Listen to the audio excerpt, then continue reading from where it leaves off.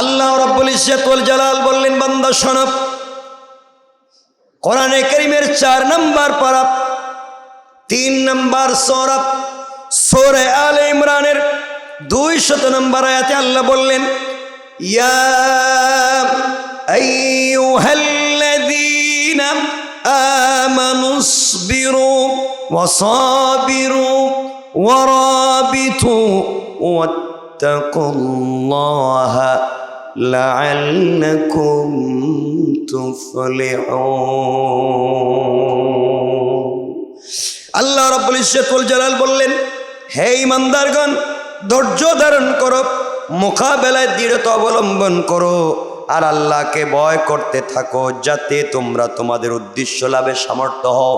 আল্লাহ বুঝাতে চাইলেন, বান্দারে, তুমি যদি ধৈর্য ধারণ করে আমি রবের উপরে ধৈর্য ধারণ করে আমার দিকে তাকাইয়া থাকো আর বিশ্বাস রাখো, রব অবশ্যই আমার দিকে আজ না হয় কাল তাকাবেন। বান্দা ভুলে যাইও না, দুনিয়ার মানুষ তোমাকে ভুলে যেতে পারে, যে বান্দা আমি আল্লাহকে ভুলে যায় না, আমি ওই বান্দাকে কিয়ামতের দিন পর্যন্ত ভুলে যাব না। সুবহানাল্লাহ বলেন।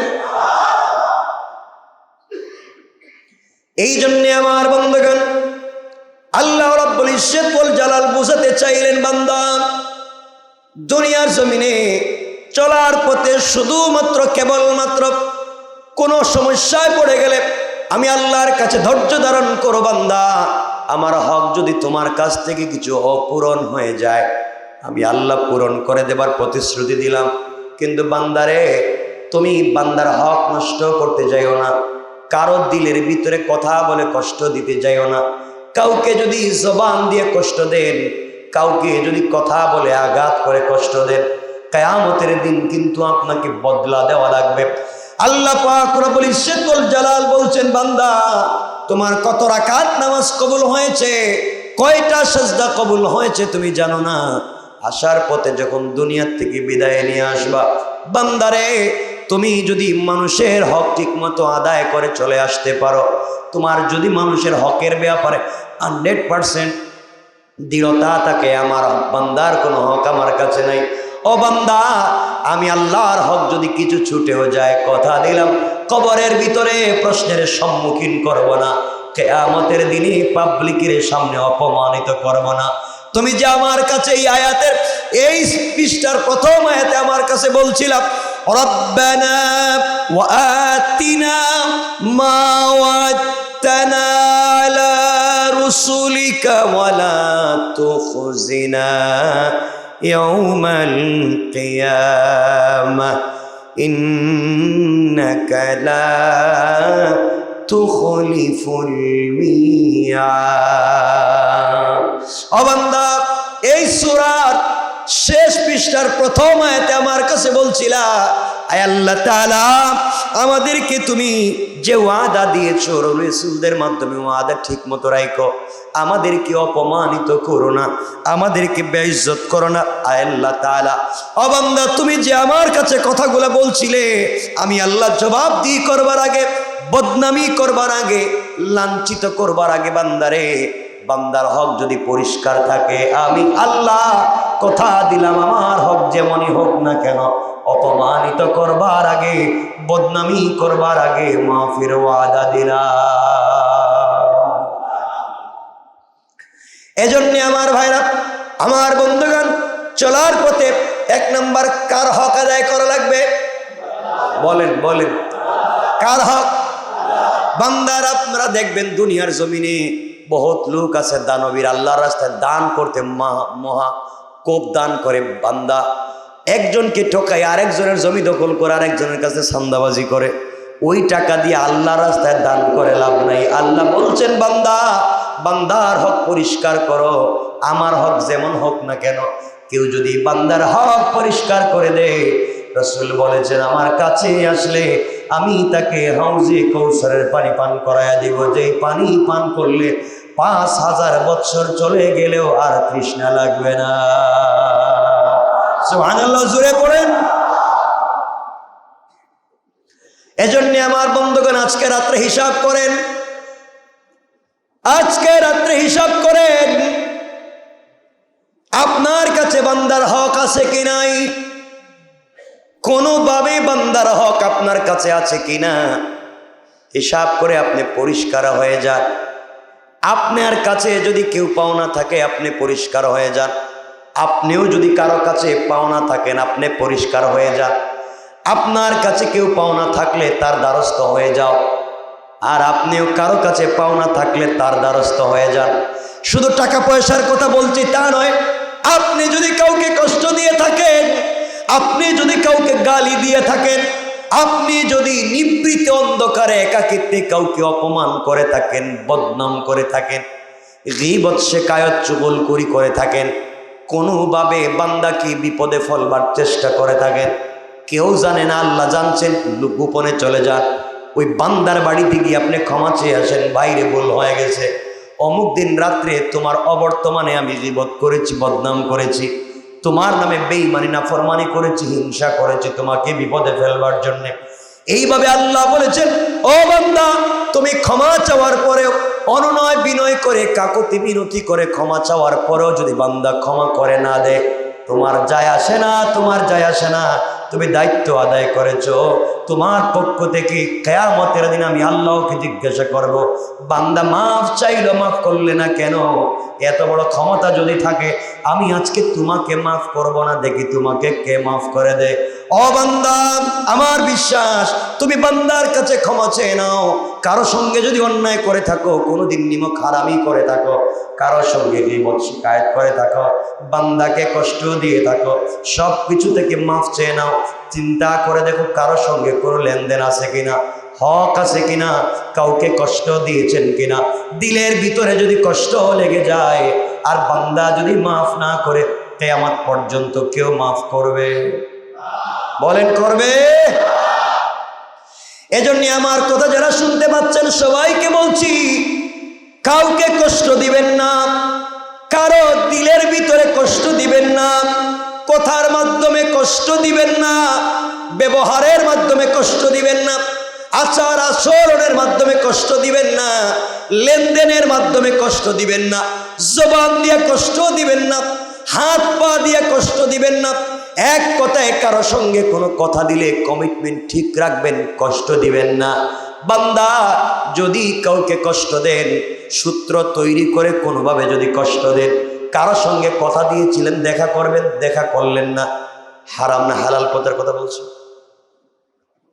আরে কারো সঙ্গে দেখা করতে বলছিলেন দেখা করলেন না, কাউকে আপনি ঋণ দিতে বলছেন, ওয়াদা দিয়েছেন আমি দিব, দিলেন না, না পারলে কথা, সুযোগ থাকবার পরে আপনি দিলেন না, তাহলে ওয়াদা দিয়েছিলেন কেন? কথা বুঝেন নাই?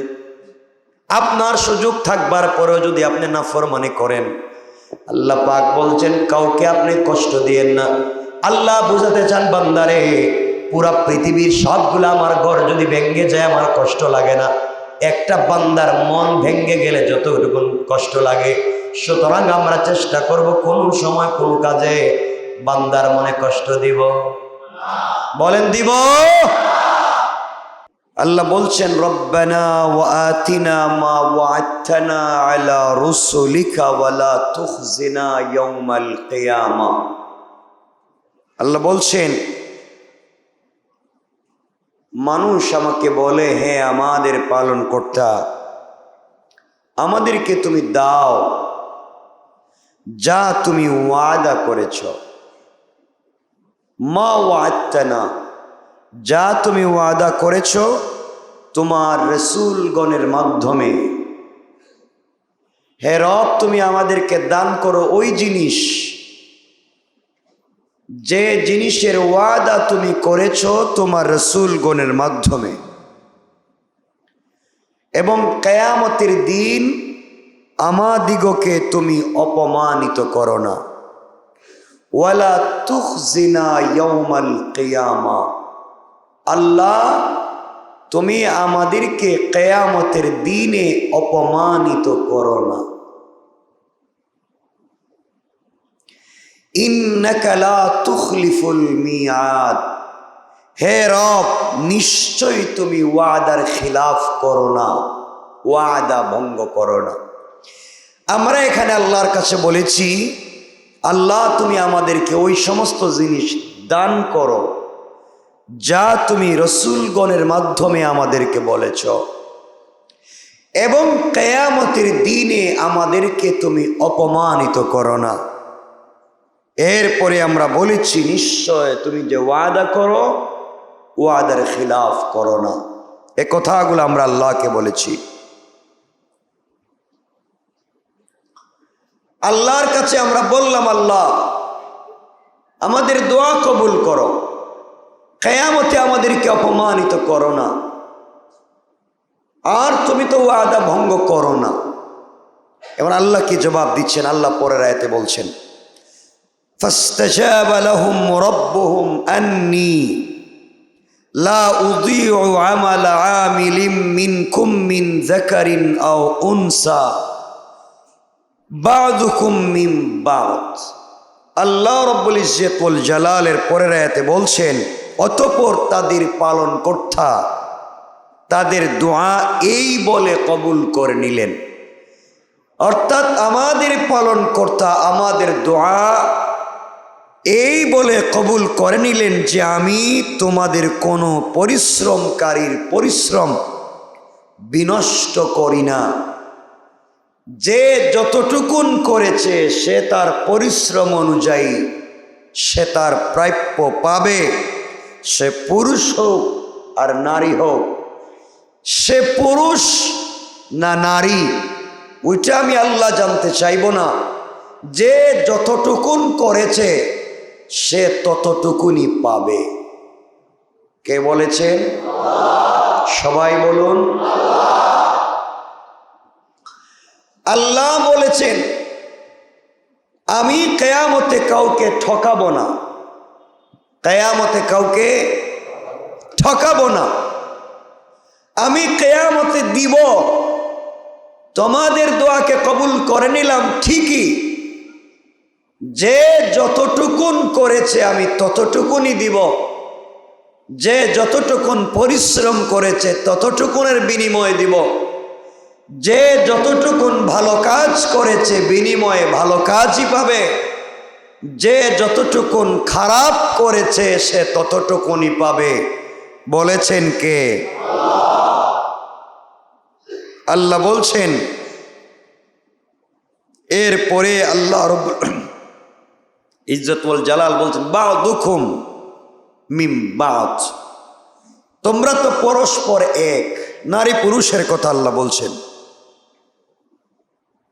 এরপর আল্লাহ আরেকটা শব্দ বলেছেন, ফাল্লাযীনা হাজারু ওয়া উখরিজু মিন দিয়ারিহিম ওয়া উযু ফি সাবিলি ওয়া কাতালু ওয়া কুতিলু লাউকাফিরান্না আনহুম সাইয়্যাতিহিম ওয়া লাউদখিলান্নাহুম জান্নাতিন তাজরি মিন তাহতিহাল আনহার। আল্লাহ বলছেন, আর সে সমস্ত লোক যারা হিজরত করেছে তাদেরকে নিজের দেশ থেকে বের করে দেওয়া হয়েছে, তাদের প্রতি উৎপীড়ন করা হয়েছে আমার পথে, এবং যারা লড়াই করেছে ও মৃত্যুবরণ করেছে। আল্লাহ বুঝাতে চাইলেন, যারা হিজরত করেছে, যাদেরকে দেশ থেকে বের করে দেওয়া হয়েছে, যাদেরকে নিপীড়ন নির্যাতন করা হয়েছে, যারা লড়াই চালিয়ে গিয়েছে আমার পথে, মৃত্যুবরণ করেছে আমার পথে, অবশ্য আমি তাদের উপর থেকে অকল্যাণগুলাকে অপসারিত করে নিলাম। কথাগুলো বুঝবেন। আল্লাহ বলছেন, যাদেরকে নিজেদের দেশ থেকে বের করে দেওয়া হলো, বুঝবেন কেন? যারা নিজেদের দেশ থেকে হিজরত করে চলে গেল, কেন? যে দেশে ইসলামের কথা বলতে পারতেছে না, দ্বীনের পথে চলতে পারতেছে না, যে হিজরত করে দেশ থেকে চলে গেল, অথবা যাকে দেশ থেকে বিতাড়িত করা হয়েছে। কথা দুটা, কথা বুঝছেন? কেউ হিজরত করে চলে গেছে অথবা কাউকে বিতাড়িত করা হয়েছে। দুইটা। 3 নাম্বার, যাদের প্রতি নির্যাতন নিপীড়ন করা হয়েছে, নির্যাতনের স্ট্রিম রোলার চালিয়ে দেওয়া হয়েছে, কেউ হিজরত করেছে, কারো প্রতি জুলুম করা হয়েছে, কাউকে দেশ থেকে তাড়িয়ে দেওয়া হয়েছে, মাতৃভূমি ছাড়া করা হয়েছে, তার প্রতি নির্যাতন করা হয়েছে, এবং ওই ব্যক্তি যে আমার পথে লড়াই করেছে এবং মৃত্যুবরণ করেছে, আল্লাহ বলেন এই 4-5 প্রকারের মানুষের উপরে যত ধরনের অকল্যাণ ছিল, গোনা ছিল, সব অপসারিত করে তাদের স্থায়ী নিবাস জান্নাত বানিয়ে দিলাম।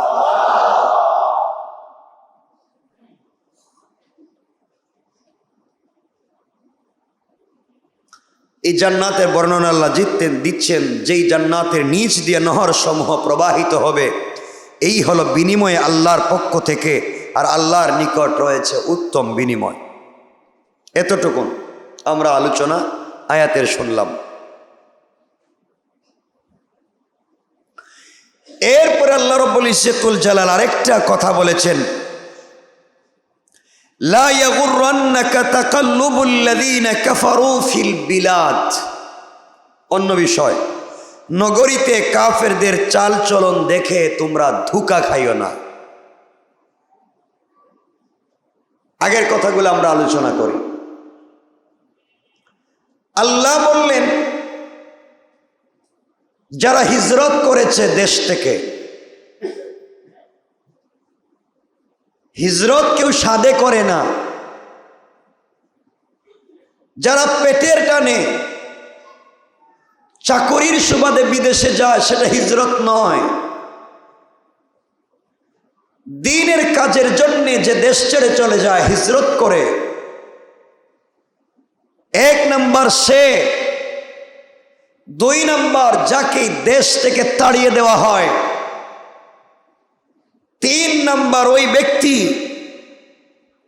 যেই দেশে লড়াই করে চলে আমরণ ইসলামের পথে এবং মরে যায়।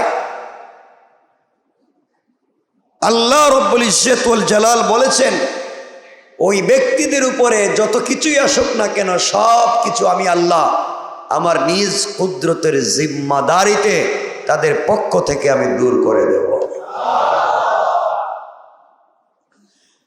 এখান থেকে আল্লাহ বুঝাতে চাইলেন, যদি হিজরত করতে হয় হিজরত করো, দেশ ছেড়ে যদি যেতে হয় দেশ ছেড়ে চলে যাও, থাকতে যদি হয় আমরণ লড়াই করে মরে যাও, এরপরেও কালিমা ছেড়ে দিও না, এরপরেও ইসলাম ছেড়ে দিও না, এরপরেও তাওহীদ এবং রিসালাত ছেড়ে দিও না, এরপরেও তোমরা সত্য কথা বলা বন্ধ করে দিও না।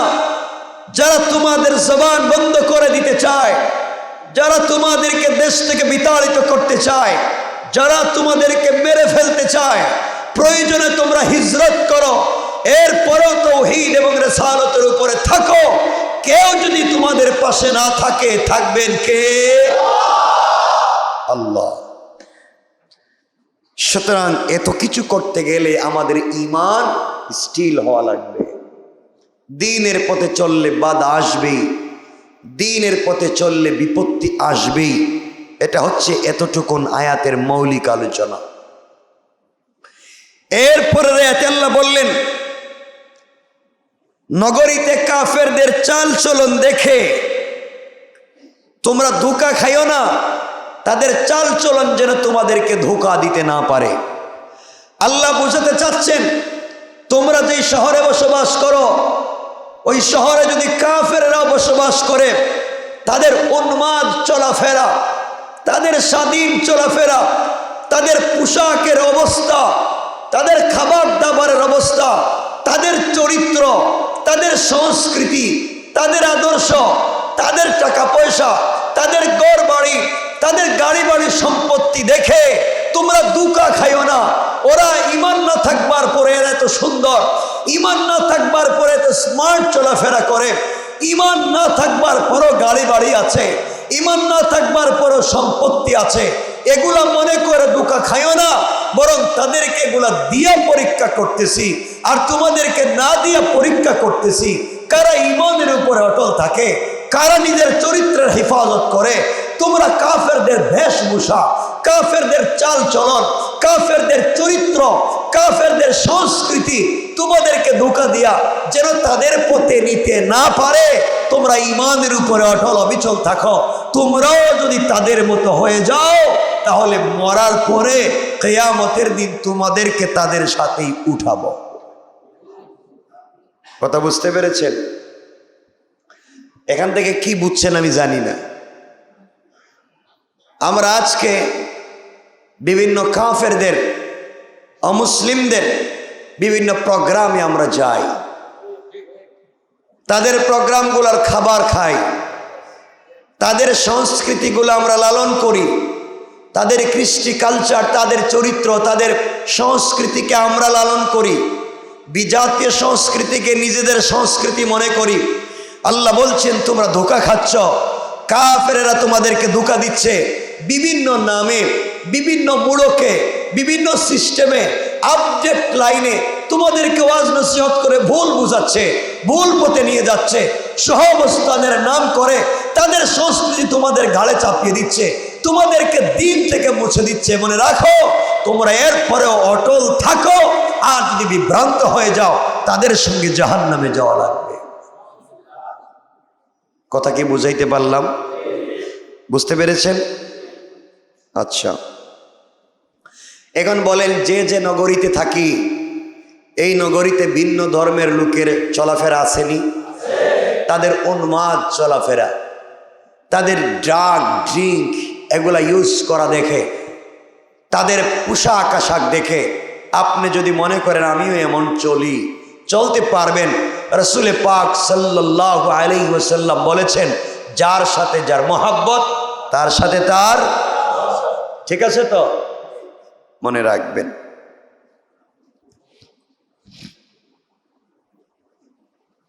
আল্লাহ বলছেন যদি তোমরা তাদের বেশভূষা ধারণ করো, সংস্কৃতি নেও, তাহলে হবে কি? আল্লাহ এর পরের শব্দে বললেন, এর পরের শব্দে আল্লাহ আরো কঠিন করে বললেন, মাতাউন কালিল সুম্মা মাওয়াহুম জাহান্নাম ওয়া বিসাল মিহাদ। আল্লাহ বলছেন এটা হলো সামান্য ফায়দা। তোমরা সামান্য ফায়দার জন্য, সামান্য একটু আনন্দ উপভোগের জন্য, কয়েক মিনিটের আনন্দের জন্য নাচ গান অশ্লীলতায় ডুবে পড়লে, তাদের সংস্কৃতিকে গ্রহণ করলে, কয়েক মিনিটের আনন্দের জন্য, মনে রাখো আনন্দ ছিল কয়েক মিনিট, আর আল্লাহ বলছেন সুম্মা মাওয়াহুম জাহান্নাম, কিন্তু ঠিকানা করে নিলে স্থায়ীভাবে জাহান্নাম। এরপর আল্লাহ বলছেন ও বিসাল মিহাদ, এবং এটা হলো অতি নিকৃষ্ট একটা জায়গা, এর চাইতে নিকৃষ্ট কোনো সৃষ্টি আল্লাহ করেন নাই। কথা বুঝতেছেন তো আমার? আচ্ছা, এখন বলেন তো আমাদের ধর্মে অশ্লীলতা হালাল না হারাম? গান বাজনা, শয়তানি না ফরমানি? অন্য ধর্মের লোক যদি শয়তানি না ফরমানি, জিনা বদমাইশি করে, আর আপনি আর আমি যদি তাদের সঙ্গে গা বাসাইয়া চলি, হয়তো কিছু সময়ের জন্য আনন্দ উপভোগ করতে পারি, কিন্তু আমাদের স্থায়ী নিবাস জান্নাত না হয়ে যাবে জাহান্নাম, হয়ে যাবে। আমাদের বাঁচার দরকার আছে না নাই? আচ্ছা, এই বিষয়গুলোর থেকে মূল আবেদন ছিল এভাবে, আযাব, কষ্ট এবং অনিষ্ট থেকে অব্যাহতি লাভের জন্যে আল্লাহর কাছে আমরা কল্যাণ চেয়ে বলেছি, আল্লাহ নবী রাসূলগণের মাধ্যমে জান্নাতের যে নিয়ামতের প্রতিশ্রুতি আপনি দান করেছেন, ওগুলো আমাদেরকে দান করবেন। কিয়ামতের দিন আমাদেরকে লাঞ্ছিত যেন না হতে হয়, আমাদেরকে আপনি লাঞ্ছিত করবেন না। এর অর্থ হলো প্রাথমিকভাবে জবাবদিহি ও বদনামির পর মাফ করে জান্নাতে দেওয়ার চাইতে আমাদেরকে প্রথম পর্যায়ে ক্ষমা করে দিও। কথা বুঝেন নাই?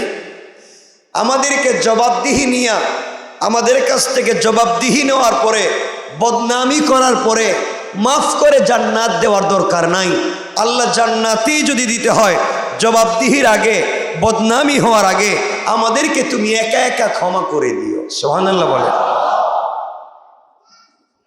এরপর আমরা বলছি, আল্লাহ আপনি তো ওয়াদা ভঙ্গ করেন না, সুতরাং এই আবেদন নিবেদনের উদ্দেশ্য হচ্ছে আমাদিগকে এমন যোগ্যতা দান করো যাতে আমরা তোমার সে ওয়াদা লাভের অধিকারী হতে পারি। আল্লাহ তুমি আমাদেরকে এমন যোগ্যতা দেও, এমন চরিত্র দেও যেন তোমার ওয়াদা পালন করে শেষ পর্যন্ত তোমার সাথে দেখা করে বিনা হিসাবে জান্নাতে যেতে পারি।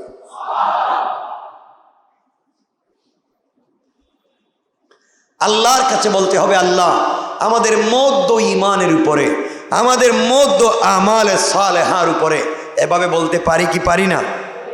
আচ্ছা, এখন এখানে যে কথাগুলো আমরা বলবো, জায়াতে বলছেন লা উকাফফিরান্না আনহুম সাইয়্যাতিহিম, এখান থেকে আমরা কথা শুরু করি। এই আয়াতের সার সংক্ষেপ তাফসীর হচ্ছে এভাবে, আল্লাহ তাআলা আল্লাহর হকের বেলায় যে সমস্ত ত্রুটি, গাফলতি এবং পাপ তাপ হয়ে থাকবে, আল্লাহ বুঝাতে চাইলেন আল্লাহর হকের ব্যাপারে। আবারও বলছি, আল্লাহর হকের ব্যাপারে। আল্লাহর হক নামাজ, আল্লাহর হক রোজা, আল্লাহর হক যাকাত। এগুলা কার হক? বলেন। আল্লাহ বলছেন আল্লাহর হক পালনের বেলায় আমরা যে সমস্ত ত্রুটি বিচ্যুতি করেছি, আমরা যে সমস্ত অন্যায় পাপ করেছি, আল্লাহ পাক বলছেন তোমরা যদি দেশে কষ্ট পেয়ে হিজরত করে দেশ ছেড়ে চলে যাও অথবা শাহাদত বরণ করো দিনের পথে চলতে গিয়ে, আর যদি তোমাদের গুনাহ খাতা থাকে, শাহাদতের মাধ্যমে এবং হিজরতের মাধ্যমে তোমাদের জিন্দেগির সব গুনাহকে মাফ করে দিলাম।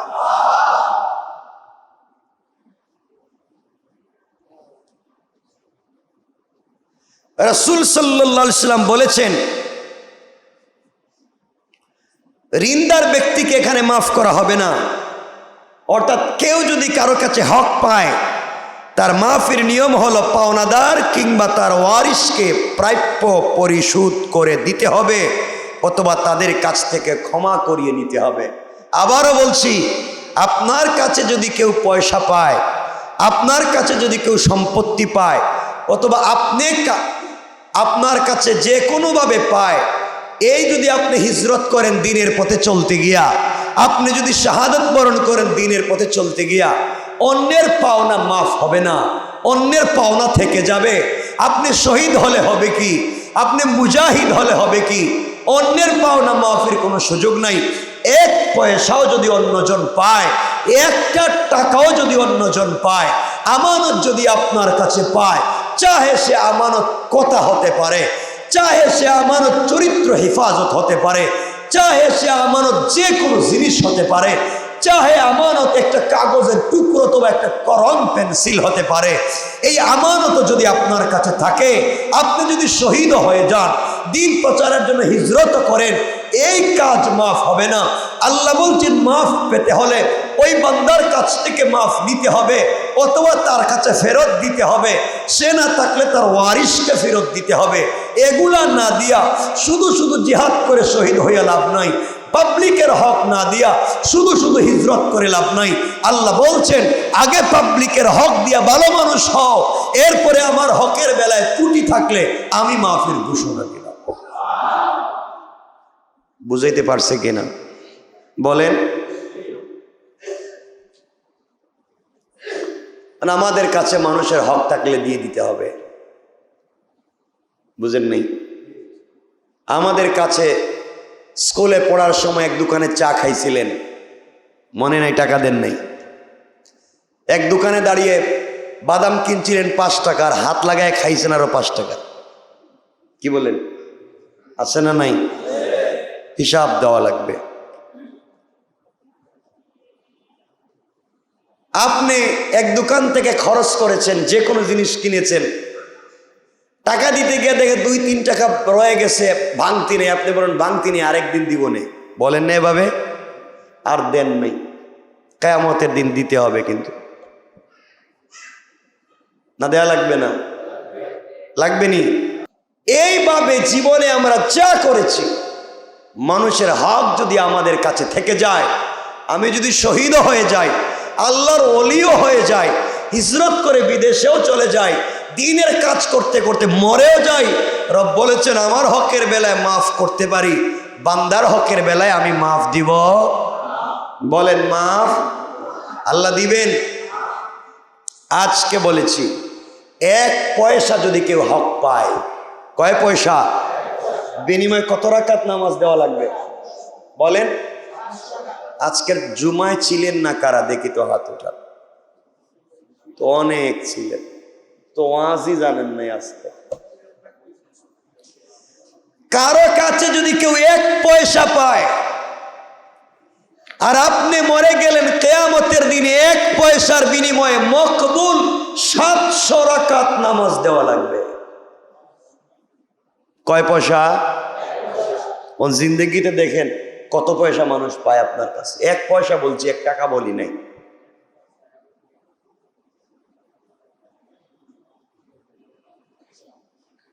ভালো করে বুঝেন, এমনি এমনি 700 রাকাত না, মকবুল 700 রাকাত। 1000 রাকাত পড়তে পারেন নামাজ, 1 রাকাতও কবুল না হইতে পারে।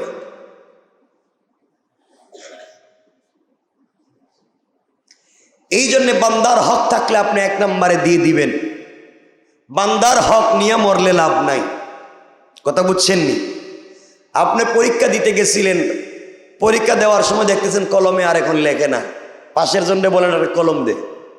বেচারা কলম দিছে, আপনি লেখলেন এই কলম দিয়ে, ও বেচারা চলে গেছে, আপনি চলে গেলেন, কলমটা দিলেন না। হয়নি এটা? না হয় নাই? কই? কিয়ামতের দিন জবাব দেওয়া লাগবে। একজনকে না বলে, যেমন এই মোবাইলটা এই জায়গায় মালিক যে, সে ওই জায়গায় প্রতিদিন রাখে। আপনি মোবাইলটা হাতে নিলেন, নিয়ে কোনো কাজ করলেন বা দেখলেন, দেখা মোবাইলটা এই জায়গায় রেখে দিলেন। মালিক রাখতো ওখানে, আপনি রাখলেন ওখানে। কিয়ামতের দিন জবাব দেওয়া লাগবে। বিশ্বাস হইল না? না মনে হচ্ছে এত সোজা সোজা জান্নাত। হ্যাঁ, বাথরুমে গোসল করেন, আপনি যেই জায়গায় বালতি রাখেন প্রতিদিন, 10 বছর থেকে ওই জায়গায় বালতি রাখেন, টেপের নিচে। আজকে গোসল করে বালতি রাখলেন দরজার সামনে, আপনি জালেম। আপনি অন্যের হক নষ্ট করছেন। কার হক? কিছু কয় না। আবার বলেন, হকটা কার? অন্যটাকে। আরে বাবা বলেন না, আমি বলতেছি দিল থেকে। অন্যটাকে? বালতি, মানুষ না, বালতি। বালতি বালতি প্রতিদিন থাকতো টেপের নিচে, আপনি কেন সরাইয়া দরজায় রাখলেন? তার প্রতি জুলুম করছেন।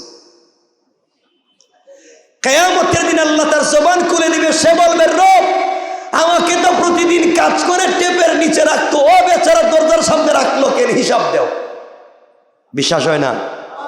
হইলে হইল, না হইলে নাই। আমার কাজ বইলে যাওয়া, আমার কাজ আমার করে যাচ্ছি, খুব মেহনত করে বলে যাচ্ছি। ভাল লাগলে মানবেন, নাইলে 1 জোড়া মানবেন না। কথা বুঝছেন? প্রতিদিন আপনি আপনার প্রয়োজনীয় টাকা প্রতিদিন রাখেন ডান পকেটে, এভাবে রাখতেছেন 10 বছর থেকে। টাকা রাখেন ডান পকেটে, কাগজ রাখেন বাম পকেটে। আজকে হঠাৎ করে টাকা রাখলেন বাম পকেটে, কাগজ রাখলেন ডান পকেটে, উল্টে ফেলাইছে কোনো কারণ ছাড়া। আপনি জানেন? বিশ্বাস হইতেছে না? আপনারা চিন্তা করে পাচ্ছি না আমি কি কিছু বলতেছি, না আপনারা বুঝতেছেন না? হ্যাঁ, আপনি জানেন কোনো কারণ ছাড়া রাখছেন। কারণ থাকলে ভিন্ন নসিহত, কারণ থাকলে আপত্তি নেই। কারণ ছাড়া ইচ্ছা করে, অলসতা করে আপনি জালেম। প্রতিদিন আপনি যে কোরআন শরীফ পড়েন, এই কোরআন শরীফ পড়ে আপনি এই জায়গায় রাখেন, কোরআন শরীফ থাকে ওখানে, কোরআন শরীফ রাখেনও ওখানে, কিন্তু আজকে কোরআন শরীফ পড়ে রাখছেন ওই পিছনে। আপনি জালেম। কথা বুঝেন নাই? যে যেই জিনিসের উপরে ধারাবাহিক চলে আসছে, তার যদি বৈধ হয়, কোনো কারণ ছাড়া যদি আপনি সেটা সরিয়ে নেন, আপনি জালেম। এর জন্য রসুল পাক দেখেন, আমি আর কত বুঝাবো, রসুল পাক সাল্লাল্লাহু আলাইহি সাল্লাম যখন জুমার খুতবা দিতেন একটা বাবুল গাছে হাত রেখে খুতবা দিতেন। মনে আছে আপনাদের? জানা আছে? হ্যাঁ, খুতবা দিতেন। যেদিনে গাছে হাত দিয়ে খুতবা দেওয়া বন্ধ করে দিলেন, মিম্বারে বসলেন, খুতবা দিলেন বা অন্য কোনো জায়গায় বসে খুতবা দিচ্ছিলেন, কথা বলছিলেন, তোর গাছটা কাঁদতেছিল। আল্লাহ জিজ্ঞাসা করলেন, তুমি কান্না করো কেন? গাছ বলছে, দেখেন প্রতিদিন রসুল আমাকে ধরে খুতবা দেন, কতই না ভাল লাগে, বিশ্বনবীর হাতটা আমার উপরে থাকে। এভাবেই তো তিনি এতদিন থেকে কাজটা করে গেলেন। আজ আমাকে বাদ দিয়ে আরেক জায়গায় তিনি খুতবা দিচ্ছেন, আমাকে হাতও দিচ্ছেন না, এজন্য আমি কষ্ট পাচ্ছি। আল্লাহ জানাইয়া দিলেন পয়গম্বরে আরবি, জান্নাতে যখন তোমাকে আমি দেব, তাহলে গাছটা সহই তোমাকে দিয়ে দেব। এটাই হচ্ছে ভালোবাসা, এটাই হচ্ছে হক। বুঝাইতে পারলাম কিনা জানি না। হক কঠিন এক জিনিস। দেখেন না, আল্লাহ বলছেন কেউ নামাজ না পড়লে তাকে মাফির প্রতিশ্রুতি দিচ্ছেন, কেউ হজ না করলে তাকে মাফির প্রতিশ্রুতি দিচ্ছেন, কেউ রোজা না রাখলে তাকেও মাফির প্রতিশ্রুতি দিচ্ছেন, শাহাদতের বিনিময়, হিজরতের বিনিময়। কিন্তু বলছেন 1 টাকা কেউ পাওনি থাকলে আমার কাছে মাফ নাই। চিন্তা করেন রব এই জায়গায় কত শক্ত। যেন ভালো করে বুঝবেন হক কার নাম। কষ্ট হচ্ছে আমার কথা? না বুঝতে অসুবিধা হচ্ছে? না কোনো সন্দেহ তৈরি হচ্ছে? আর অনেক জিনিস আপনি যেটা যেভাবে করেন তা যদি বৈধ হয়, সুন্নাহ হয়, এর বিপরীতে কাজ করার নামই জুলুম।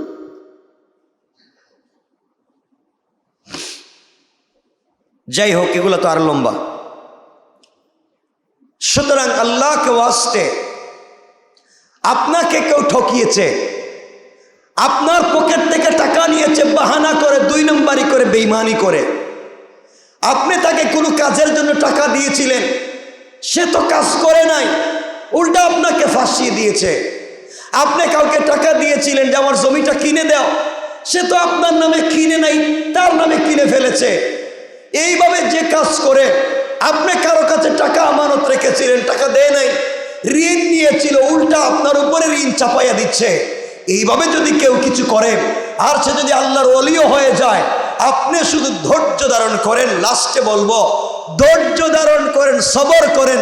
রব বলছেন, বান্দা তোকে তো কষ্ট দিয়েছে, তোর জায়গা দখল করেছে, তোর টাকা দিয়ে সে মালিক হয়েছে, তোর টাকা দিয়ে সে বিজনেস করেছে, আমানতের খেয়ানত করেছে, বেঈমানি আর নাফরমানি করেছে, মানুষের কাছে বদনাম করেছে, সমালোচনা গীবত করে কষ্ট দিয়েছে। ও বান্দা, তোকে যত কষ্ট দিয়েছে, সে যত বুজুর্গ হোক, যত তাহাজ্জুদওয়ালা হোক, সব কবুল করতে পারি। কিন্তু বান্দা আমার কাছে যখন সে আসবে, তুই যত নাফরমান হোক, তুই আমার কাছে যখন বিচার চাইবে, সে আমার যত কাছাকাছি থাকুক না কেন, কান ধরে তোর পাওনাটা আমি দিয়ে দিব। আল্লাহু আকবার বলে, ওর কান ধরে পাওনা বুঝায়। কেন, কিসের ওলি হইছো তুমি? আরেকজন তোমার কাছে পাওনা পায়। বুঝাইতে পারলাম?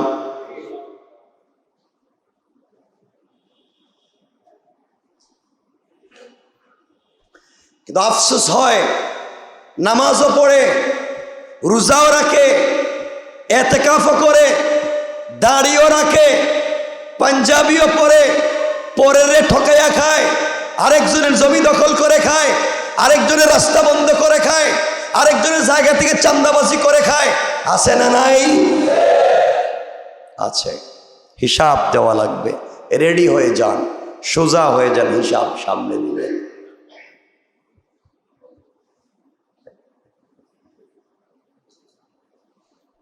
আপনি আরেকজনকে ঠকাইয়া, আরেকজনকে কষ্ট দিয়া, আরেকজনকে চিপায় ফেলে দিয়া, আরেকজনকে বিপদে ফেলে দিয়া, তার পকেটের টাকা আনলেন, সেই টাকা দিয়ে আপনি চললেন, আপনি আপনার মা বাপকে খাওয়ালেন, আপনি আপনার বউ বাচ্চাকে খাওয়ালেন, কতগুলো মানুষকে বিপদে ফেললেন। কিয়ামতের দিনে আল্লাহর কাছে ওই বান্দা যখন বলবে, আল্লাহ ওই গোলামটা আমার কাছ থেকে অন্যায় করে টাকা নিয়েছে, আল্লাহ আমাকে কষ্ট দিয়েছে, আমার কোনো চারা ছিল না দিয়া আমার জায়গা দখল করে নিচ্ছে, রাত্রেবেলা চান্দা দেয়া লাগতেছে, আল্লাহ ও তো টাকাগুলা নিছে, আমার কাছে টাকাগুলা পাইয়ে দাও। তখন সে বলবে, আল্লাহ আমি তো একা খাই নাই, আমার মা খাইছে, বাপ খাইছে, ভাই বোন খাইছে। আল্লাহ বলবেন সবগুলারে হাজির কর, ওই বান্দার পাওনা দে, নচেত পুরা পরিবারকে একসাথে বেঁধে জাহান্নামে দিব। জাহান্নামে এক পাওনায় কোথায় নিয়ে যেতে পারে? আল্লাহর ওয়াস্তে কারো হক থাকলে সাবধান হয়ে যাও। মৃত্যুর আগে হকগুলাকে দিয়ে ভালো মানুষ হয়ে যায়। চান্দাবাজি শয়তানি নাফরমানি বাদ দিয়ে দেই, সমাজের ভিতরে বিভ্রান্তি তৈরি করা বাদ দিয়ে দেই, জীবনে বাঁচবার কোনো পথ খুঁজে পাবেন না। এতটুকুন বুঝলেন কিনা জানি না, বলেন বুঝছেননি? তাইলে আমাদের বেশি সচেতন হতে হবে আল্লাহর হকের বেলায় না বান্দার হকের বেলায়? বলেন বান্দার হকের বেলায়। কারণ আল্লাহ বুঝাতে চান, আমার কাছে যদি কেউ বিচার দেয়, আমি তাকে তার অরিজিনাল বিচার পাইয়ে দিতে হবে। আমার সাথে যদি কেউ নাফরমানি করে, আমি হয়তো ওইটা আমি আমার ইচ্ছায় মাফ করে দিতে পারি, কিন্তু কেউ যদি আমার কাছে বিচার দেয়, আমি তার অরিজিনাল বিচার করেই দেব। যাই হোক, কথা লম্বা হয়ে যাচ্ছে। সুতরাং আল্লাহ রব্বুল ইজ্জত ওয়াল জালাল বুঝাতে চাইলেন, বান্দা তুই যত কিছু করস না কেন, তোর যত ত্রুটি বিচ্যুতি আছে নামাজ রোজায় হজে, যত ত্রুটি বিচ্যুতি আছে আমার ইবাদতে, আমি এগুলা শাহাদতের মাধ্যমে, আমি এগুলা হিজরতের মাধ্যমে ক্ষমা করে দিতে পারি। কিন্তু বান্দা কারো যদি পাওনা থাকে, হকদার থাকে, পাওনাদারের কাছে পৌঁছে দাও, পাওনাদার না পাও ওয়ারিসদের কাছে পৌঁছে দাও, অথবা তার কাছ থেকে তুমি ক্ষমা নিয়ে আসো। এই তিন পদ্ধতি যদি আবিষ্কার করতে না পারেন, আল্লাহ পাক বলছেন আরেকটা কাজ করো। এই কথা বলার আগে বলেন সুবহানাল্লাহ, বলেন আল্লাহু আকবার। তিন পদ্ধতিতে পারলাম না, পাওনাদারকে তার হক দিতে পারলাম না, তার আত্মীয় স্বজন ওয়ারিসের কাছে পৌঁছে দিতে পারলাম না, তার কাছ থেকে ক্ষমাও নিতে পারলাম না। কয়টা পদ্ধতি গেল? বাছা লাগবে না? কথা বলেন না কেন? একটা পদ্ধতি। আল্লাহ বুঝাতে চাচ্ছেন, বান্দা অবশ্য যদি কারো প্রতি আল্লাহ তাআলা বিশেষ অনুগ্রহ করে, আল্লাহ যদি কারো প্রতি বিশেষ অনুগ্রহ করে, আর অনুগ্রহের মাধ্যমে আল্লাহ চায়, যেমন আল্লাহর এক বান্দার নাম আব্দুল্লাহ, তার কাছে একজন টাকা পায়, তার কাছে একজন যেভাবেই হোক হক পায়, আব্দুল্লাহ দেওয়ার চারা নাই, সে কোনোভাবে চেষ্টা করেও দিতে পারতেছে না, হয়তো ওয়ারিসকে পাচ্ছে না, পাওনাদারকে পাচ্ছে না, তার কাছ থেকে মাফিরও সুযোগ পাচ্ছে না, অথবা তার কাছে দেওয়ার মতো কোনো ব্যবস্থা নাই। তখন আল্লাহ বুঝাতে চান, ও আব্দুল্লাহ তোমার কাজ করো, তিন পন্থা যখন ব্যর্থ, তখন তুমি বেশি বেশি আমার কাছে অনুগ্রহ চাও, আমি আল্লাহ যেন পাওনাদারকে অথবা পাওনাদারের ওয়ারিসকে তোমার প্রতি দুর্বল করে দিই, তুমি খুঁজতে তো থাকে, সে যেন তোমাকে খুঁজে এসে মাফ করে দেয়। আর এটা করে দিতে পারবেন কে? আল্লাহ বলছেন, ও বান্দা তুই আমার কাছে অনুগ্রহ চা, আমি আল্লাহর কাছে বিশেষ অনুগ্রহ চা, পাওনাদারকে রাজি করিয়ে যেন আমি দেই, পাওনাদারকে যেন আমি রাজি করিয়ে দেই, পাওনাদার যেন এমনি মাফ করে দে, পাওনাদারের ওয়ারিস যেন মাফ করে দে, আমার কাছে এভাবে চা, আমি রব ওকে দিয়ে তোকে মাফ করাতে পারি। না পারেন না? কথা বলেন, পারেন না? এই কাজটা আল্লাহ পারেন। এজন্য রবের কাছে বলতে পারি, আল্লাহ আমি তো অমুক জায়গায় আটকা পড়ে গেছি, কোনো চারা নাই, তুমি আমাকে একটা ব্যবস্থা করে দাও। রব আমি তো চাই পাওনাদেরকে দিয়ে দিতে, আমি তো স্বীকার করেছি সে আমার কাছে পায়, কিন্তু দেওয়ার কোনো ব্যবস্থা নাই। রব তুমি তার দিলকে নরম করে দাও, তাকে রাজি করিয়ে দাও, সে যেন আমাকে ক্ষমা করে দে, অথবা আমাকে এমন ব্যবস্থা করে দাও আমি যেন তার হকটা দিতে পারি। পারি না ইনশাল্লাহ? আমি বলে দিলাম, কারো কারো ব্যাপারে এমন ঘটনা ঘটবে, কারো কারো ব্যাপারে এমন ঘটনা ঘটবে, আল্লাহ হয়তো পাওনাদারকে রাজি করাইয়া দিবেন, আপনার অজান্তে হয়তো আল্লাহ পাওনাদারকে দিয়ে মাফ করাইয়া দিবেন। যদি আপনি আল্লাহর প্রতি দুর্বল হয়ে যান, যদি আপনি আল্লাহর হকের প্রতি 100% কাজ করে থাকেন, রব সন্তুষ্ট হইয়া পাওনাদারকে নরম দিল বানাইয়া হয়তো আপনাকে মাফ করাইয়া দিতে পারেন। সুবহানাল্লাহ বলেন না? পারেন না? এ আয়াতে মুসলমানদেরকে 3টা নসিহত করা হয়েছে। কয়টা নসিহত? 3টা। 1 নম্বর সবর, 2 নম্বর মুসাবারা, বুঝাইয়া দিব, 3 নম্বর মুরাবাতা, 4 নম্বর আরেকটা হকের বিষয়ে বলা হয়েছে। এই 3টার ভিতরেই 4 নম্বরটা আছে। 4 নম্বরটা হলো তাকওয়া, যা এই 3-এর সাথে আছে, বিদে আলাদা করে আর বলতেছি না, সময় নষ্ট করব না। সবর কার নাম বুঝেন? সবরের শাব্দিক অর্থ হচ্ছে বিরত থাকা এবং বাধা। কোরআন এবং সুন্নাহর পরিভাষায় নফসকে তার প্রকৃতির বিরুদ্ধে, নফসকে তার প্রকৃতি বিরুদ্ধ বিষয়ের উপরে জমিয়ে রাখা, নফসকে তার প্রকৃতি বিরুদ্ধ জিনিসের উপরে জমিয়ে রাখা, তার নাম হচ্ছে সবর। নফস গুনাহ করতে চায়, নফসের প্রকৃতি হচ্ছে গুনাহ করতে না চায় না। মনে নফসের প্রকৃতি হচ্ছে আরেকজনের সম্পত্তি চুরি করে হলেও টাকাওয়ালা হতে চায়, কি চায় না? আল্লাহ বুঝাতে চাইলেন শরীয়তের পরিভাষায় সবর বলে আপনার নফসকে, আপনার আত্মাকে তার প্রকৃতি বিরুদ্ধ বিষয়ের উপর জমিয়ে রাখা। নফস, তুমি তো গুনাহ করতে চাও, তোমাকে গুনাহ করতে দিব না, সবর করাও। নফস, আরেকজনকে ঠকাইয়া টাকার মালিক হতে চাও, তোমাকে সুযোগ দিব না। আল্লাহ বলছেন কেউ যদি এভাবে সবর করে, আমি আল্লাহ তার জন্য জান্নাতের 8টা দরজা খুলে রেখে দিলাম। এই সবরের 3টা পর্যায় আছে, 3টা প্রকার। সবরের কয়টা প্রকার? সবাই বলেন। 1 নম্বর সবর আলা তাআত, তাফসীরটা বুঝবেন আজকে। 1 নম্বর সবর আলা তাআত, অর্থাৎ আল্লাহ তাআলা এবং তার রাসূল যে সমস্ত কাজের হুকুম করেছেন সেগুলোর অনুবর্তিতা মনের উপর যত কঠিনই হোক না কেন মনকে স্থির করে নেওয়া। অর্থ হচ্ছে আল্লাহ এবং তার রাসূল যে সমস্ত কাজের হুকুম করেছেন, মন না চাইলেও, মন এগুলা না করতে চাইলেও বাধ্য করাইয়া সেগুলা করে নেওয়া। বুঝতে পেরেছেন? এটা হচ্ছে সবর আলা তাআত। নামাজ পড়তে আমাদেরকে হুকুম করা হয়েছে, মাগরিবের সালাত পড়তে আমাদেরকে বলা হয়েছে। নফস বলতেছে ব্যবসার টাইম যাইস না। ওই সময় নফসকে শক্ত করে আল্লাহ এবং তার রাসূলের হুকুম পালন করতে আর করার জন্য যদি আপনি আপনার নফসকে বাধ্য করতে পারেন, আল্লাহ বলছেন তুমি তোমার নফসকে বাধ্য করবে আর আমি জান্নাতের দরজা খুলে দিব। 1 নম্বর সবর আলা তাআত। 2 নম্বর সবর আনিল মাসি,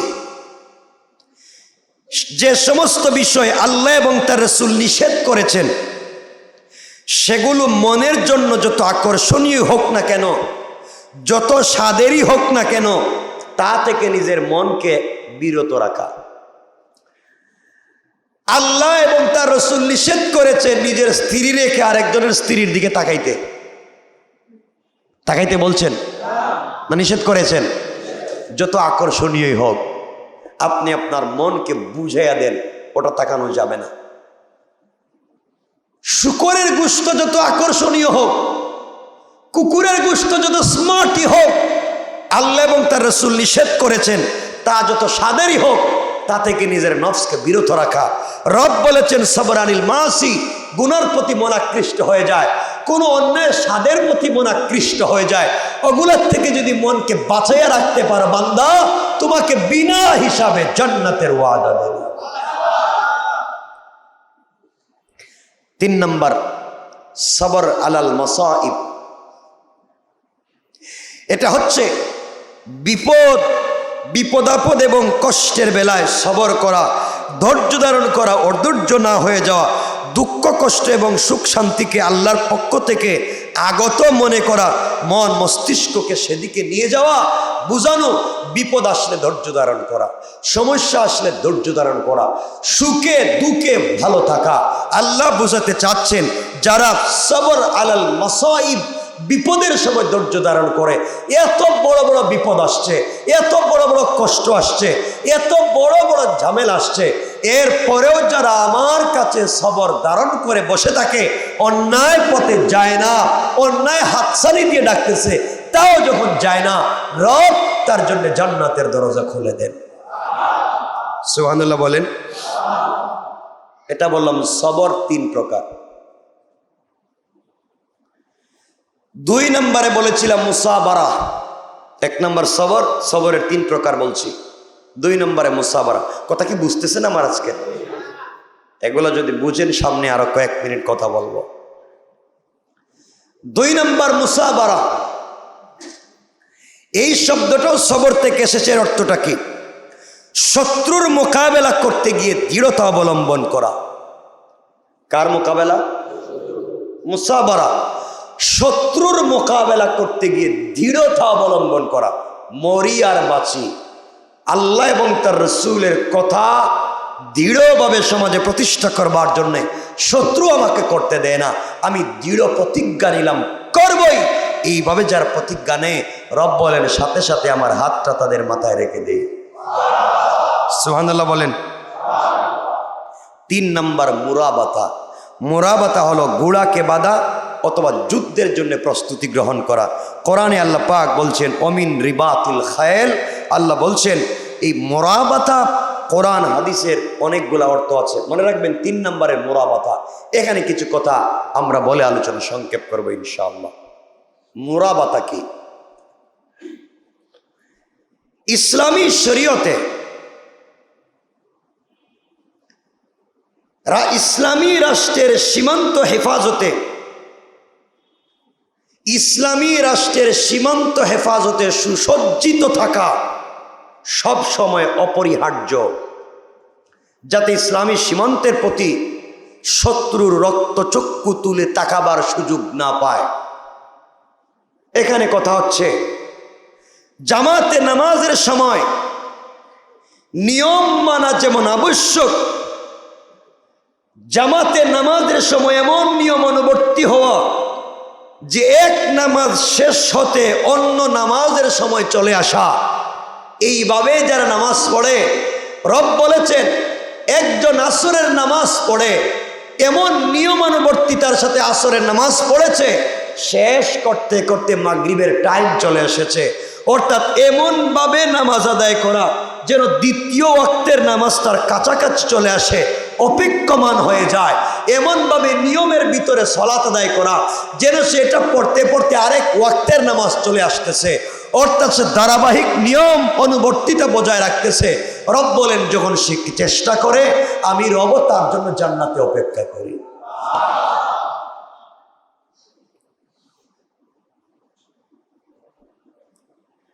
দুটা বিষয় মনে রাখবেন।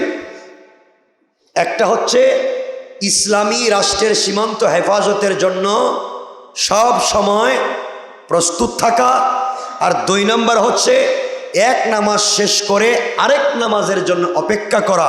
এই 2 কাজ যারা করে তাদের মাহাত্ম্যটা কি, এগুলা বুঝবেন ভালো করে। এই 2 কাজ যারা করতে পারে,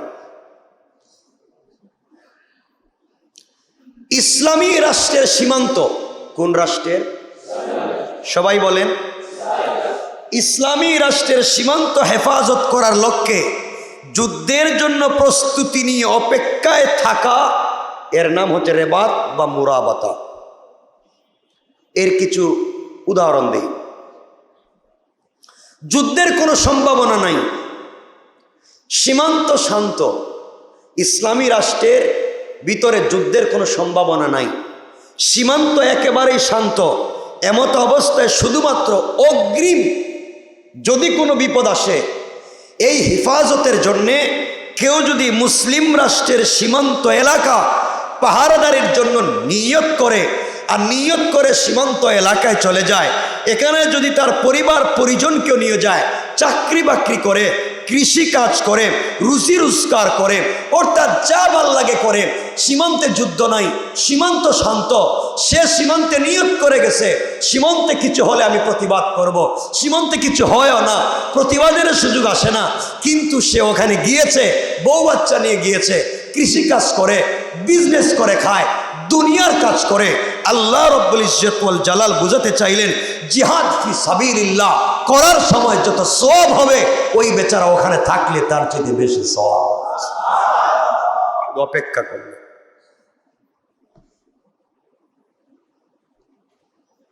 এখানে যুদ্ধের যদি প্রয়োজন নাও হয়,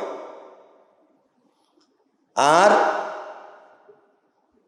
একজনের নিয়ত হলো সীমান্ত এলাকায় গিয়ে বিজনেস করা, বাড়িঘর বানানো, বউ বাচ্চা নিয়ে থাকা, নিয়ত মুখে মুখে বলতেছে আমি যাচ্ছি সীমান্ত রক্ষা করতে, তাইলে সে যেভাবেই মরক, সে মুরাবিত ফি সাবিলিল্লাহ হবে না, আল্লাহ তাকে সব মাফ করে দিবেন না, কারণ তার নিয়ত ঠিক নেই। দ্বিতীয়ত, সীমান্তে যদি কখনো দেখেন শত্রু আক্রমণ করার কোনো বিষয় আছে, এমত অবস্থায় নারী এবং শিশুদেরকে সেখানে রাখা জায়েজ নাই। সেখানে তারাই থাকবে যারা শত্রুর মোকাবেলা করবে। এই দুই জিনিসের ফজিলতটা কি আপনাদেরকে বোঝাতে চাই। সীমান্ত রক্ষা করতে যদি কেউ সীমান্ত রক্ষার জন্য, ইসলামী রাষ্ট্রের সীমান্ত রক্ষার জন্য কেউ নিয়ত করে, হযরত সাহাল ইবনে সাদ সাঈদী রাদিয়াল্লাহু তাআলা আনহু থেকে বর্ণিত, রাসূল সাল্লাল্লাহু আলাইহি ওয়াসাল্লাম ইরশাদ করেছেন, আল্লাহর পথে একদিন সীমান্ত পাহারাদারি যদি কেউ করে, সমগ্র দুনিয়ার মাঝে যা কিছু আছে সব যদি দান করে দেওয়া হয়, এক রাত্র আল্লাহর রাস্তায় সীমান্ত পাহারাদারি করলে যেই সওয়াব হবে তার কাছে হবে। সুবহানাল্লাহ বলেন। সারা দুনিয়াও যদি কেউ দান করে দেয়, যে সওয়াব হবে তার চাইতে বেশি হাজার গুণ সওয়াব হবে এক রাত্র ইসলামী রাষ্ট্রের সীমান্ত পাহারাদারি করলে। মুসলিম শরীফের আরেকটা হাদিসে আসছে, হযরত সালমান রাদিয়াল্লাহু তাআলা বর্ণনা করেছেন, রাসূল সাল্লাল্লাহু আলাইহি ওয়াসাল্লাম ইরশাদ করেছেন, একদিন এবং এক রাত, কয়দিন? কেউ যদি সীমান্ত পাহারাদারি করে ইসলামিক রাষ্ট্রের, তাহলে ক্রমাগত এক মাস রোজা এবং ক্রমাগত এক রাত ইবাদতে কাটিয়ে দিলে যেই সওয়াব, তার চাইতে বেশি সওয়াব। সুবহানাল্লাহ বলেন। এমত অবস্থায় যদি কেউ মরেও যায়, আল্লাহ তাকে শাহাদতের মর্যাদা দান করবেন। এজন্য হযরতে ফুসালা ইবনে উবাইদের বর্ণনায় পাওয়া যায়, রাসূল সাল্লাল্লাহু আলাইহি ওয়াসাল্লাম ইরশাদ করেছেন, প্রত্যেক মৃত ব্যক্তির আমল তার মৃত্যুর সাথে সাথে শেষ হয়ে যায় না? শেষ হয় না, শুধু জারি থাকবে। যারা সীমান্ত রক্ষী ছিল তাদের আমল কিয়ামত পর্যন্ত দাঁড়িয়ে থাকবে। এখানে কথা আছে। এখন কথা হলো, আমরা তো অনেক সাদাকা করি, এগুলো তো জারি থাকবার কথা। আমরা সাদাকা করলাম, একটা ফ্যান দিলাম মসজিদে, ফ্যান যতদিন চলবে পাবলিক এটার থেকে উপকার পাবে, ততদিন পর্যন্ত আপনি সওয়াব পাবেন। কারণ ফ্যান নষ্ট হয়ে গেছে, চলে না, খুলে ফালাই দিছে, সওয়াবের আশা করেন কেমনে? না আশা করতে পারেন? কিছু বললেন না, আসতে বলেন, মনে হইলো আশা আছে, এরপরে সওয়াবের আশা আছে, ওরা তো নাই। একজনকে 200 টাকা দিছেন, সৎকার করছেন, ভাই কিছু খাইস, ওই বেচারা মাগরিব কিছু খায় না, ও তো খায়া ফেলাইছে, শেষ। জিনিসই নাই, তাহলে সওয়াব কোত্থেকে আসবে? সাদাকা যেটা শেষ হয়ে যায়, যেটা জারি থাকে না, তার সওয়াবের আশা করে লাভ নাই। আর যেটা জারি থাকে তার সওয়াবও জারি থাকে। এখন কথা হলো, এর অর্থ কি মসজিদে ফ্যান দেওয়া বাদ দিয়ে দিবেন মনে হইতেছে নাকি? দিবেন তো, ওটা বহুত দিন চলবে, বহুত সওয়াব পাবেন, মানুষ এটার থেকে ফায়দা পাবে, হাওয়া নিবে, নামাজ পড়বে, ইবাদত করবে, সওয়াব হবে, আপনি এটা থেকে ইবাদত পেতে থাকবেন। কিন্তু সীমান্ত রক্ষী যারা হয় তাদের সওয়াব কখনো বন্ধ হয় না। এর কারণ হলো দেশের ভিতরে শান্তিতে ইবাদত করতে হলে, দেশের ভিতরে শান্তিতে আল্লাহর ইবাদত নাম নিতে হলে সীমান্তে যদি ভেজাল থাকে, এখানে কি ঠিক মতো নামাজ চলবে? হঠাৎ বোম মেরে দিতেছে, কোন সময় গুলি করে দিতেছে, এই চিন্তায় ইবাদত বিঘ্ন ঘটবে। সীমান্ত যদি শান্ত হয়, দেশের মানুষ আল্লাহর নাম নিতে স্থিরভাবে নাম নিতে পারবে। সুতরাং সীমান্তরক্ষী বাহিনী সীমান্তে কাজ করে যদি মরেও যায়, আর তার ওসিলায় যদি দেশের মানুষ শান্তিতে বসবাস করার সুযোগ পায়, কিয়ামত পর্যন্ত মানুষ থাকবে, আর কিয়ামত পর্যন্ত সওয়াব ও তার আমলনামায় যেতে থাকবে। সবাই বলেন সুবহানাল্লাহ বলেন। কিছু বুঝলেন এখান থেকে? কি বুঝলেন? কিছু নাই। আপনারা মনে মনে ভাবতেছেন তাহলে ফ্যান দেওয়ার থেকে আল্লাহ বাঁচাইল। চাইলে আপনারা মসজিদের ফাইলিং যখন হয়, মসজিদের নিচে যে কি হয়, নিচে ফাইলিং হয় না, কাজ হয় না, এখানে আপনি কিছু টাকা দিলেন, সিমেন্ট দিলেন, রড দিলেন, এই বালি পাথর দিলেন, এখন কি মসজিদের ফ্যানের মতো কি এটাও চেঞ্জ করা যাবে? না, যাবে মনে যাবে না। এটা থাকবে, আজীবন থাকবে, অনন্তকাল থাকবে, আর আপনি সওয়াব পেতে থাকবেন। সুবহানাল্লাহ। আপনি কাউকে একটা সূরা মুখস্থ করাইছিলেন, একটা সূরা, এ বেচারা যতদিন এই সূরা তেলাওয়াত করবে ততদিন আপনি সওয়াব পাবেন। তিনি যদি কাউকে মুখস্থ করান, তিনি যদি কাউকে মুখস্থ করান, তিনি যদি কাউকে মুখস্থ করান, এইভাবে কিয়ামত পর্যন্ত আপনার আমলনামায় সওয়াব লেখা থাকতে থাকবে। এজন্যে সাদাকা জারিয়া হচ্ছে আপনি আপনার বাচ্চাকে হাফেজ বানাইয়া যান। সব থেকে বড় সাদকা হচ্ছে আপনি আপনার বাচ্চারে আলিম বানাইয়া যান। আপনার বাচ্চা হাফেজ হইয়া আরো 10-20টা বাচ্চারা যদি হাফেজ বানাতে পারে, ওরাও আরো 10-20 জনকে বানাবে। এভাবে কিয়ামত পর্যন্ত হাফিজের সিলসিলা জারি থাকবে, আর আপনি কবরে বসে বসে সওয়াব পেতে থাকবেন। এটাকে বলে সাদকা জারি। কথা বুঝছেন নি? এখন হুজুরে আপনি একটা পাঞ্জাবি গিফট করছেন, উনি কয়েক মাস পড়ছে, সওয়াব পাইছেন, পরে ওইটা ফালাই দিচ্ছে, ছিঁড়ে গেছে, এরপরে সওয়াবের আশা করেন কেন? আব্দুল আজিজ ঠিক আছে না? আসে কেন? এর অর্থ এটা নয় যে হুজুরদেরকে দোয়া বন্ধ করে দিবেন, সওয়াবই যখন হবে না তাহলে দোয়া বাদ নাকি? না, দিবেন তো, অবশ্যই দিবেন। চিন্তা করবেন আমি যে কাজগুলো করতেছি সবগুলা কাজ যেন আমার সাদাকায়ে জারিয়া হয়, ইনশাল্লাহ। বলেন ইনশাল্লাহ। আপনি একটা গুনার কাজ চালু করে গেলেন। কির কাজ? কের কাজ? একটা গান লিখে গেলেন, গান। কিয়ামত পর্যন্ত যত মানুষ গান শুনবে, আর যেই পরিমাণ গুনাহ হবে, আপনি আপনার আমল নামায় এই পরিমাণ কিছু পাইবেন। বুঝতে পারলেন? আচ্ছা, এইটা হচ্ছে রয়্যালিটি, চলতে থাকা। সুতরাং আমরা ভালো কাজ করব না খারাপ কাজ? সবাই বলেন ভালো কাজ করব। আল্লাহ রাব্বুল ইজ্জত ওয়াল জালাল এই সূরার শেষ আয়াতে কি বলতেছেন দেখেন।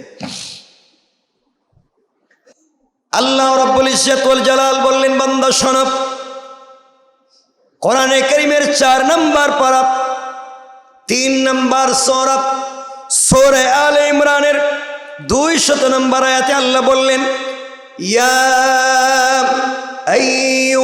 আইয়ুহাল্লাযীনা আমানুসবিরু ওয়াসাবিরু ওয়ারাবিতু ওয়াত্তাকুল্লাহা লাআল্লাকুম তুফলিহুন।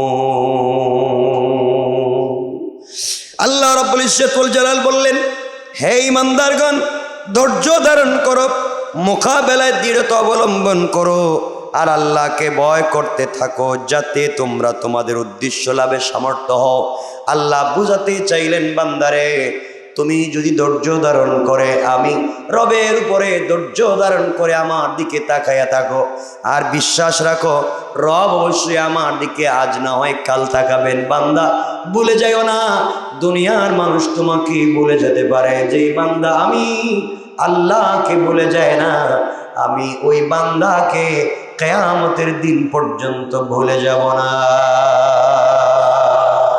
সুবহানাল্লাহ বলেন। এই জন্য আমার বন্ধুগণ, আল্লাহ রাব্বুল ইজ্জত ওয়াল জালাল বুঝাতে চাইলেন, বান্দা দুনিয়ার জমিনে চলার পথে শুধুমাত্র কেবলমাত্র কোনো সমস্যায় পড়ে গেলে আমি আল্লাহর কাছে ধৈর্য ধারণ করো বান্দা। আমার হক যদি তোমার কাছ থেকে কিছু অপূরণ হয়ে যায়, আমি আল্লাহ পূরণ করে দেবার প্রতিশ্রুতি দিলাম। কিন্তু বান্দারে, তুমি বান্দার হক নষ্ট করতে যাইও না, কারো দিলের ভিতরে কথা বলে কষ্ট দিতে যাইও না। কাউকে যদি জবান দিয়ে কষ্ট দেন, কাউকে যদি কথা বলে আঘাত করে কষ্ট দেন, কিয়ামতের দিন কিন্তু আপনাকে বদলা দেওয়া লাগবে। আল্লাহ পাক রব্বুল ইজ্জত ওয়াল জালাল বলছেন, বান্দা তোমার কত রাকাত নামাজ কবুল হয়েছে, কয়টা সিজদা কবুল হয়েছে তুমি জানো না? আসার পথে যখন দুনিয়ার থেকে বিদায় নিয়ে আসবা, বান্দারে তুমি যদি মানুষের হক ঠিক মতো আদায় করে চলে আসতে পারো, তোমার যদি মানুষের হকের ব্যাপারে 100% দৃঢ়তা থাকে, আমার বান্দার কোনো হক আমার কাছে নাই, ও বান্দা আমি আল্লাহর হক যদি কিছু ছুটেও যায়, কথা দিলাম কবরের ভিতরে প্রশ্নের সম্মুখীন করব না, কিয়ামতের দিনে পাবলিকের সামনে অপমানিত করব না। তুমি যে আমার কাছে এই আয়াতের এই পৃষ্ঠার প্রথম আয়াতে আমার কাছে বলছিলাম, রব্বানা ওয়া আতিনা মা ওয়া'আদতানা আলা রুসুলিকা ওয়া লা তুখজিনা ইয়াউমাল কিয়ামাহ ইন্নাকা লা তুখলিফুল মিয়াদ। ও বান্দা, এই সূরার শেষ পৃষ্ঠার প্রথম আয়াতে আমার কাছে বলছিলা, আয় আল্লাহ তাআলা আমাদেরকে তুমি যে ওয়াদা দিয়েছো রাসূলদের মাধ্যমে ওয়াদা ঠিক মতো রাখো, আমাদেরকে অপমানিত করো না, আমাদেরকে বেইজ্জত করো না। আয় আল্লাহ তাআলা, ও বান্দা তুমি যে আমার কাছে কথাগুলো বলছিলে, আমি আল্লাহ জবাব দিয়ে করবার আগে, বদনামি করবার আগে, লাঞ্ছিত করবার আগে, বান্দারে বান্দার হক যদি পরিষ্কার থাকে, আমি আল্লাহ কথা দিলাম আমার হক যেমনই হোক না কেন, অপমানিত করবার আগে, বদনামি করবার আগে মাফির ওয়াদা দিলাম। এজন্য আমার ভাইরা, আমার বন্ধুগণ, চলার পথে 1 নাম্বার কার হক আদায় করা লাগবে? বলেন বলেন, কার হক? বান্দার আপনারা দেখবেন দুনিয়ার জমিনে বহুত লোক আছে দানবীর, আল্লাহর রাস্তায় দান করতে মহা কোপ দান করে। বান্দা একজনকে ঠকায় আরেকজনের জমি দখল করে আরেকজনের কাছে চাঁদাবাজি করে, ওই টাকা দিয়ে আল্লাহর রাস্তায় দান করে লাভ নাই। আল্লাহ বলছেন, বান্দা বান্দার হক পরিষ্কার করো, আমার হক যেমন হোক না কেন। কেউ যদি বান্দার হক পরিষ্কার করে দেয়, রাসূল বলেছেন আমার কাছে আসলে আমি তাকে হাউজে কৌসারের পানি পান করায়া দিব, যে পানি পান করলে 5000 বছর চলে গেলেও আর তৃষ্ণা লাগবে না। সুবহানাল্লাহ, জোরে পড়েন। এজন্য আমার বন্ধুগণ, আজকে রাত্রে হিসাব করেন, আজকে রাত্রে হিসাব করেন আপনার কাছে বান্দার হক আছে কি নাই, কোনোভাবে বান্দার হক আপনার কাছে আছে কিনা হিসাব করে আপনি পরিষ্কার হয়ে যান। আপনার কাছে যদি কেউ পাওনা থাকে আপনি পরিষ্কার হয়ে যান, আপনিও যদি কারো কাছে পাওনা থাকেন আপনি পরিষ্কার হয়ে যান। আপনার কাছে কেউ পাওনা থাকলে তার দ্বারস্থ হয়ে যাও, আর আপনিও কারো কাছে পাওনা থাকলে তার দ্বারস্থ হয়ে যান। শুধু টাকা পয়সার কথা বলছি তা নয়, আপনি যদি কাউকে কষ্ট দিয়ে থাকেন, আপনি যদি কাউকে গালি দিয়ে থাকেন, আপনি যদি নিবৃত্ত অন্ধকারে একাকিত্বে কাউকে অপমান করে থাকেন, বদনাম করে থাকেন, গীবত শিকায়ত চুগলখড়ি করে থাকেন, কোনোভাবে বান্দাকে বিপদে ফেলবার চেষ্টা করে থাকেন, কেউ জানে না আল্লাহ জানছেন, গোপনে চলে যান, ওই বান্দার বাড়িতে গিয়ে আপনি ক্ষমা চেয়ে আসেন, বাইরে ভুল হয়ে গেছে, অমুক দিন রাত্রে তোমার অবর্তমানে আমি গীবত করেছি, বদনাম করেছি, তোমার নামে বেঈমানি নাফরমানি করেছি, হিংসা করেছি তোমাকে বিপদে ফেলবার জন্য। এইভাবে আল্লাহ বলেছেন, ও বান্দা তুমি ক্ষমা চাওয়ার পরেও অনুনয় বিনয় করে কাকুতি মিনতি করে ক্ষমা চাওয়ার পরেও যদি বান্দা ক্ষমা করে না দেয়, তোমার যায় আসে না, তোমার যায় আসে না, তুমি দায়িত্ব আদায় করেছো। তোমার পক্ষ থেকে কিয়ামতের দিন আমি আল্লাহকে জিজ্ঞাসা করব, বান্দা মাফ চাইলো, মাফ করলে না কেন? এত বড় ক্ষমতা যদি থাকে, আমি আজকে তোমাকে মাফ করব না, দেখি তোমাকে কে মাফ করে দেয়। ও বান্দা, আমার বিশ্বাস তুমি বান্দার কাছে ক্ষমা চেয়ে নাও। কারো সঙ্গে যদি অন্যায় করে থাকো, কোনোদিন নিমক হারামি করে থাকো, কারো সঙ্গে গীবত শিকায়েত করে থাকো, বান্দাকে কষ্ট দিয়ে থাকো, সব কিছু থেকে মাফ চেয়ে নাও। চিন্তা করে দেখো কারো সঙ্গে কোনো লেনদেন আছে কিনা, হক আছে কিনা, কাউকে কষ্ট দিয়েছেন কিনা। দিলের ভিতরে যদি কষ্ট লেগে যায় আর বান্দা যদি মাফ না করে, কিয়ামত পর্যন্ত কেউ মাফ করবে? বলেন করবে? এজন্য আমার কথা যারা শুনতে পাচ্ছেন সবাইকে বলছি, কাউকে কষ্ট দিবেন না, কারো দিলের ভিতরে কষ্ট দিবেন না, কথার মাধ্যমে কষ্ট দিবেন না, ব্যবহারের মাধ্যমে কষ্ট দিবেন না, আচার আচরণের মাধ্যমে কষ্ট দিবেন না, লেনদেনের মাধ্যমে কষ্ট দিবেন না, জবান দিয়ে কষ্ট দিবেন না, হাত পা দিয়ে কষ্ট দিবেন না। এক কথায় কারো সঙ্গে কোনো কথা দিলে কমিটমেন্ট ঠিক রাখবেন, কষ্ট দিবেন না। বান্দা যদি কাউকে কষ্ট দেন, সূত্র তৈরি করে কোনোভাবে যদি কষ্ট দেন, কারো সঙ্গে কথা দিয়েছিলেন দেখা করবেন, দেখা করলেন না, হারাম না হালাল পথের কথা বলছি। আরে কারো সঙ্গে দেখা করতে বলছিলেন, দেখা করলেন না। কাউকে আপনি ঋণ দিতে বলছেন, ওয়াদা দিয়েছেন আমি দিব, দিলেন না। না পারলে কথা, সুযোগ থাকবার পরে আপনি দিলেন না, তাহলে ওয়াদা দিয়েছিলেন কেন? কথা বুঝেন নাই? আপনার সুযোগ থাকবার পরেও যদি আপনি নাফরমানি করেন, আল্লাহ পাক বলছেন কাউকে আপনি কষ্ট দিয়েন না। আল্লাহ বুঝাতে চান বান্দারে, পুরা পৃথিবীর সবগুলো আমার ঘর যদি ভেঙ্গে যায় আমার কষ্ট লাগে না, একটা বান্দার মন ভেঙ্গে গেলে যতটুকু কষ্ট লাগে। সুতরাং আমরা চেষ্টা করব কোন সময় কোন কাজে বান্দার মনে কষ্ট দিব? বলেন দিব?